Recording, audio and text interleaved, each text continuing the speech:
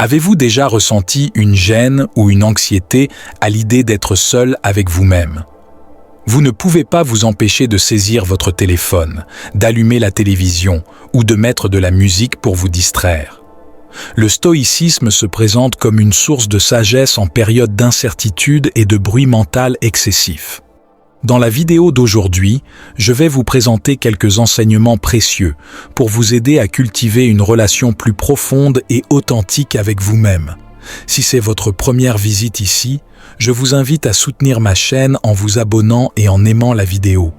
N'oubliez pas d'activer la cloche de notification pour continuer à recevoir plus de contenu comme celui-ci. Ces paroles visent à réconforter l'âme et à rappeler que les distractions sont éphémères, tandis que la force intérieure attend d'être activée. Que vous ressentiez la pression de la vie moderne ou la solitude, ces enseignements sont là pour vous offrir soutien, motivation et espoir. Mais avant de commencer, j'ai un défi à vous lancer. Restez jusqu'à la fin et ne manquez aucune de ces leçons, car l'une d'elles pourrait être la clé pour changer votre destin à jamais. Commençons. Cultivez une amitié avec soi-même. Je me souviens d'une période difficile de ma vie où tout semblait être contre moi et où je me sentais seul face à mes insécurités et mes doutes. C'est à ce moment-là que j'ai découvert l'importance de cultiver une amitié avec moi-même. Plutôt que de chercher du réconfort auprès des autres, j'ai décidé de me tourner vers l'intérieur. Chaque jour, je prenais le temps de réfléchir et de rester silencieux. Dans ces moments de calme, j'ai appris à mieux me connaître, à comprendre mes peurs, mes désirs et mes forces. C'était un processus lent et parfois douloureux, mais révélateur. Comme une amitié avec une autre personne, l'amitié avec soi-même exige patience, compréhension et acceptation. À cette époque, je lisais beaucoup sur le stoïcisme et je suis tombé sur une citation d'Épictète: « Le sage veut toujours être avec lui-même ».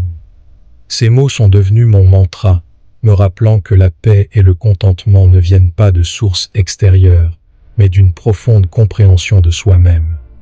Il y avait des jours où la solitude me semblait écrasante, mais je l'acceptais. Je pratiquais des exercices de gratitude en notant les choses pour lesquelles j'étais reconnaissant. Cela a amélioré ma vision de la vie et m'a aidé à apprécier mes qualités et mes réalisations. Ma confiance en moi a grandi, mes décisions sont devenues plus claires et j'ai commencé à ressentir une paix intérieure.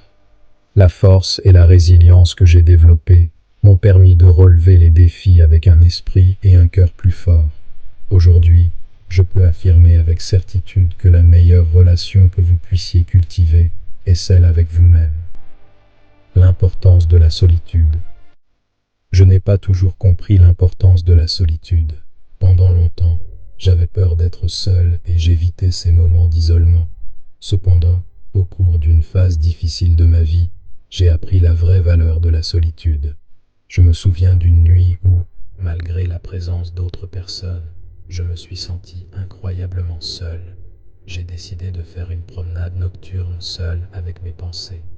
La ville était calme et, pendant que je marchais, je réfléchissais à ma vie et à mes expériences. Dans ce calme, j'ai trouvé une clarté que je n'avais jamais connue auparavant. Le stoïcisme m'a appris que la solitude n'est pas à craindre, mais à accepter. En étant seul, j'ai pu entendre ma voix intérieure sans distraction. Marc Aurèle a dit « Nulle part l'homme ne peut trouver une retraite aussi paisible et tranquille que dans l'intimité de son âme. » Ces mots m'ont rappelé que la paix intérieure se trouve en se donnant le temps et l'espace pour la rechercher. J'ai fait de la solitude une pratique régulière